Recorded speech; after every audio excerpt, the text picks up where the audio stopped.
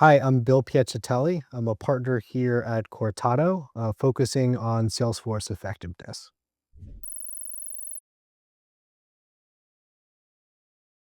The most common mistake that PE operating partners make when deciding to remove a permanent CRO is that finding a new CRO is going to fix all the problems. The system is broken, the ICP is not right, the sales process doesn't align.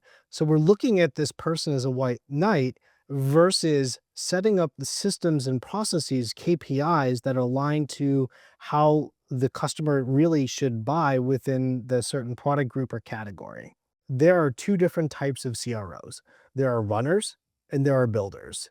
You're replacing your current CRO, who's a runner, with another CRO that is also a runner, where in reality, you need a builder because the systems are broken, not necessarily the talent at the top.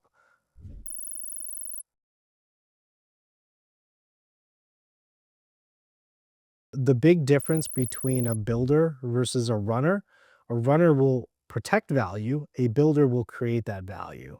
The builder is going to be comfortable in ambiguity. They diagnose system gaps quickly. They look at talent. They install KPIs and governance within a failing or struggling go to market system.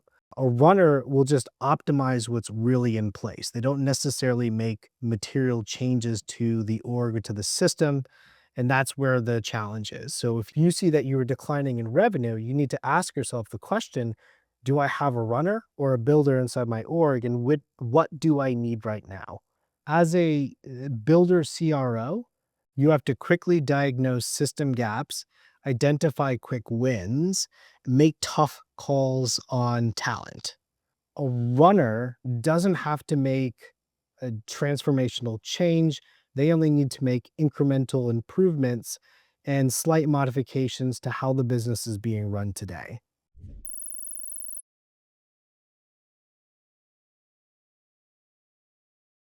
So when I'm advising a PE operating partner on an interim role, I look at people, process, and tools. So what does the talent on the ground look like? Are we generating leads? Are we hitting quota? I look at the processes in place. Sometimes the talent can't perform because the process isn't right for them to thrive in. So, do we have clear lead processes? Do we understand how the customers buy? Do we know who our best customers are? That's our ICP. And how do we win against that? What's the clear messaging? So I look at those two things first.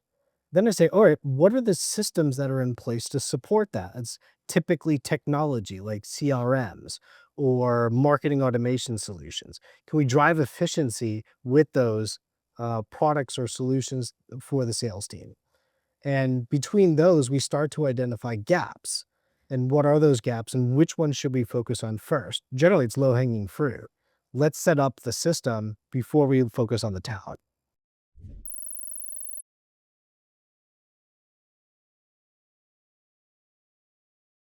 One concrete thing that I personally oversaw that made a big difference right from the beginning is just operational cadence with the sales team.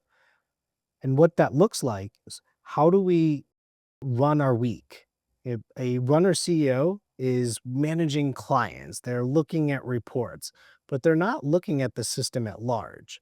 So, what does that look like in real life? Well, on Mondays, we have a sales scrum. What does the week look like?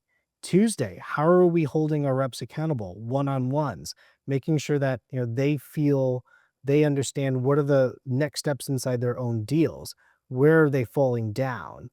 The Wednesday or Thursday, what does pipeline look like? How are we calling our forecast? Making sure that cadence is well installed and when the sales team has clear expectations of what they are accountable for each step. And then finally, Friday, we look at where did we fall down? What could we improve and sharpen the sword for that sales team?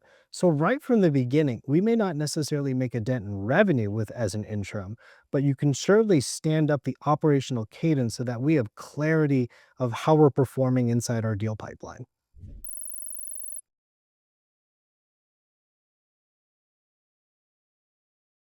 Bringing in an interim CRO, there are a few conditions that this won't work. First and foremost is if you have a product market fit, we can't solve for that using sales alone.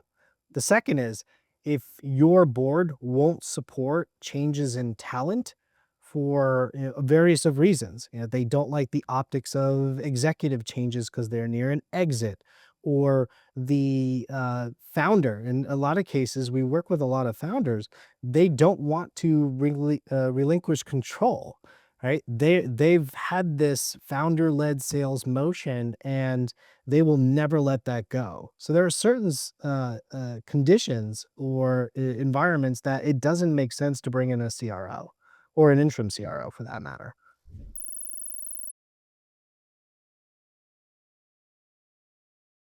The biggest risk to failure in any interim, whether it's a CRO, CFO, CMO, there's all various types of interim level roles out there, is just cultural relapse. And we see this in the form of there's no standard operating procedures installed. We don't have clear KPIs. There's no succession plan. That's the number one is how do you move from interim to someone who could run the business properly? And if you don't have a transition plan that starts about halfway through the engagement, you know that is going to be a risk, regardless of what you do.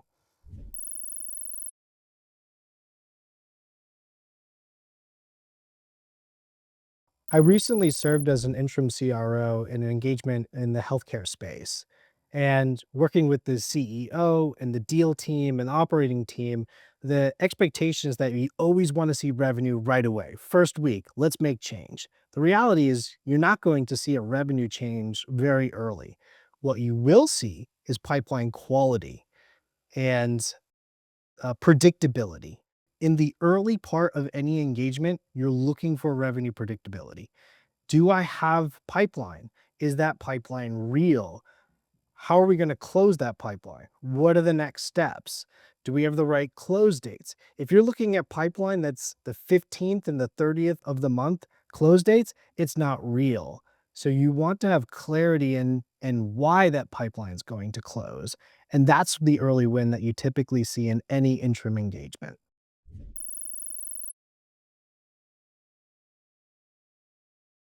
Interims can have a fairly big impact, especially towards the late end of a whole period.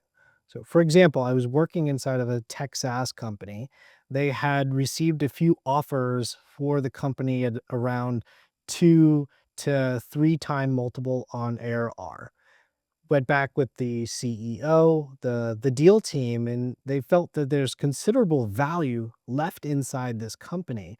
And the challenge is we couldn't prove the go-to-market motion and that the customer base was still there. So as an interim, the before looked like 13% close rates. Benchmark is 22% close rates in SaaS, depending on your vertical. We had a BDR team that was underperforming, basically generating no leads. We had a marketing team that was prized on MQLs that turned into no pipeline. We've all heard these things. So after standing up new processes and systems against how buyers buy, we rebuilt the marketing team and rebuilt the BDR team. So, for example, prior to this engagement, the BDR team was barely generating any leads. After the engagement, we built the team out to about 20 reps in 30 days. Each BDR approximately was booking 2 meetings per week with a 42% conversion rate to opportunity. Our close rates went from 13% to 36%. After all of those changes, and we went back to market, our evaluations improved from a 2 to 3 to a 6 to 9. And we were able to make a defensible case as to why we deserve 9. And that's what the company ended up doing, is exiting to two major private equity firms.